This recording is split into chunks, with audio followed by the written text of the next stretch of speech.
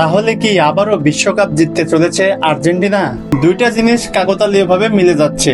দেখুন, PSG champion league জেতে না তারা কিন্তু পরপর দুইবার চ্যাম্পিয়ন লিগ জিতেছে। অন্যদিকে কোহলির রয়্যাল চ্যালেঞ্জার্স বেঙ্গালুরু তারা কিন্তু আইপিএল জিততে পারে না, তারাও কিন্তু পরপর দুইবার আইপিএল জিতে গেল। এই আর্জেন্টিনাও কিন্তু প্রায় 36 বছর হলো বিশ্বকাপ জেতে না তারা কিন্তু গতবার জিতেছে।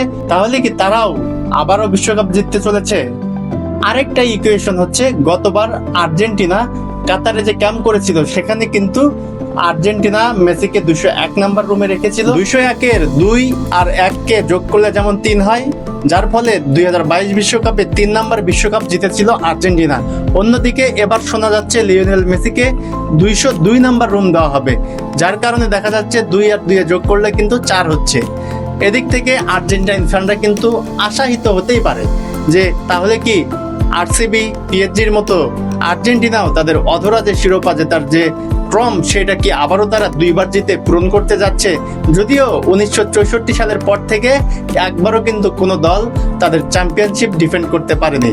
তাই আর্জেন্টিনা ফ্যানদের আশা হওয়ারও কারণ আছে, আবার এটাকে কাকতালীয়ভাবে নেওয়ারও একটা কারণ আছে। যেটাই হোক, আপাতত দৃষ্টিতে কিন্তু এটাকে নিয়ে একটু মজাই করা হচ্ছে, আর্জেন্টাইন ফ্যানরা করছে। মাঠে যে ভালো খেলবে দিন শেষে সেই তো হবে উইনার, কিন্তু এসব কাকতালীয় বিষয়কে মেলাতে গেলে ভালোই লাগে। কি বলেন আর্জেন্টাইন ভক্তরা?